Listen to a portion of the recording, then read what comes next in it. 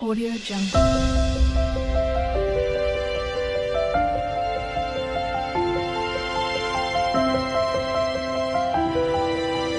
Audio Jungle.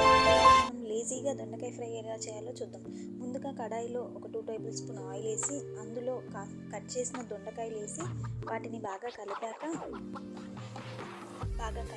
మూతేసి కాసేపు ఉంచి మగ్గనివ్వాలి. మళ్ళీ కాసేపు కలిపి ఒక 2 నిమిషాలు మగ్గనివ్వాలి.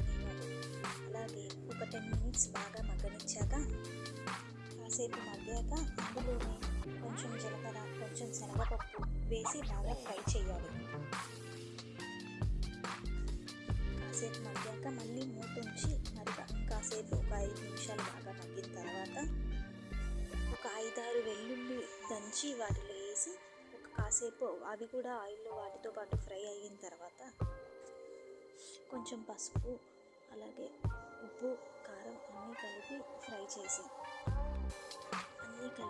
బాగా ఫ్రై అయ్యాక కాసేపు మంటని సిమ్లో ఉంచి ఫ్రై చేస్తే టేస్టీ లేజీ రెసిపీ దొండకాయ ఫ్రై రెడీ.